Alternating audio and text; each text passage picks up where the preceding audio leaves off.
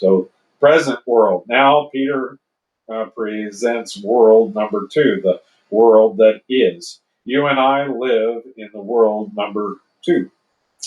Verse 7, but the heavens and the earth, which are now by the same word, are kept in store, reserved unto fire against the day of judgment and perdition of ungodly men. 2 Peter chapter 3 and verse 7. If it wasn't for Jesus speaking, he spoke it into existence. Now he is holding it in existence by his word. And yes, he's set down by the right hand of the Father, but that doesn't mean he's actively keeping this creation into one piece, or else it would fly out in a million pieces into from whence it came. This says that this earth has been stored up for fire. This is a very interesting expression, by the way, and is not only stored up for fire, but also stirred up with fire. That could easily be the translation of it. The suggestion is that there are resident forces present in the world which could destroy it. It is not that God is going to rain down fire from heaven, but that the earth carries its own judgment. How well we know this today. You and I are living in a powder keg, or more literally, on an atom bomb.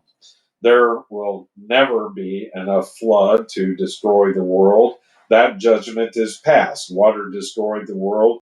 That was. Now the world that is reserved for another judgment, the judgment of fire.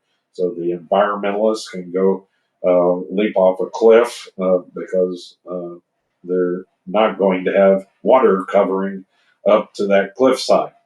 They don't have to worry about the oceans rising and taking over mass portions of water again. That's not going to happen again. So, in other words, this present order of things in this world is temporary. It is it is moving toward another judgment, and Peter will give us more details in verse 10. Kept in store, in the same Greek word that the Lord Jesus used when he told the man who was laying up treasure. Well, God had been laying up this secret of how he made this universe, and it seems that man was broken into God's secret treasure house. It seems that man has opened a veritable Pandora's box, and today thoughtful men are frightened. Dr. Urey from the University of Chicago, who worked on the atom bomb, began an article several years ago in Collier's magazine by saying, "I'm a frightened man, and I want to frighten you." Winston Churchill said, "Time is short." Dr. Luce, a owner of Lifetime and Fortune magazine, addressed a group of missionaries who were the first to return to their field after World War II.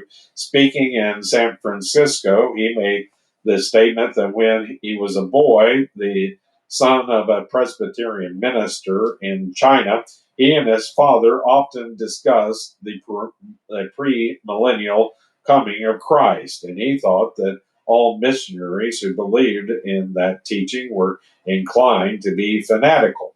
And then Dr. Luce said, "I wonder if there wasn't something to that position after all." Dr. Charles Beard, an American historian, said, "All over the world, the thinkers and searchers can scan the horizon of the future, are attempting to assess the value of civilization and spectating about its destiny." Dr. William Yount, in The Road into Civilization, said, "The handwriting on the wall of five continents now tells us that the day of judgment is at hand." Dr. Raymond B. Bosnick, president of the Rockefeller Foundation, said, "Too many ears comes the sound of the uh, tramp of doom. Time is short. H.G. Wells declared before he died, "This world is at the end of its tether. The end of everything we call life is close at hand." General Douglas MacArthur said, "We have had our last chance." Former President Dwight uh, Eisenhower said, "Without a moral regeneration throughout the world, there is no hope for us, as we are going to disappear one day in the dust of an atomic explosion." And Dr. Nicholas Murray Butler, uh, ex president of Columbia University, said, "The end cannot be far distant.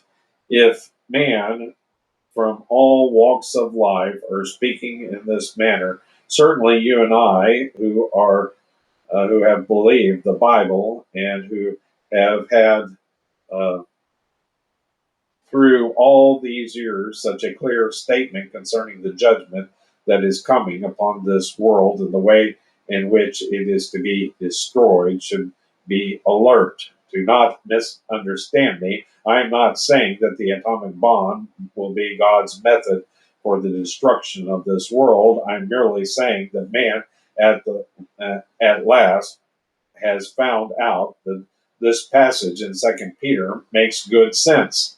This is the way that it is not only logical but is scientific, by which God can destroy this universe.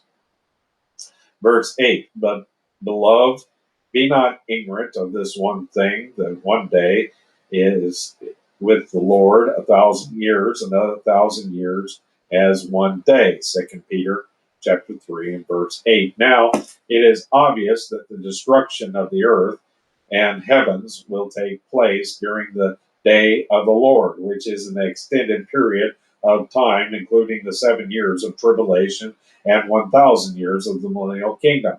When the Lord Jesus returns to the earth at the end of the Great Tribulation period and establishes his kingdom here, he is going to renovate this earth. But that is not, will not be a permanent renovation. Not until after the tribulation, after the millennial, with the desolation of this dissolution of this earth and the heavens of which Peter is speaking occur. So you see, my friend, even if the rapture should take place tomorrow, it uh, it still would be 1,007 years before this destruction. Let me take a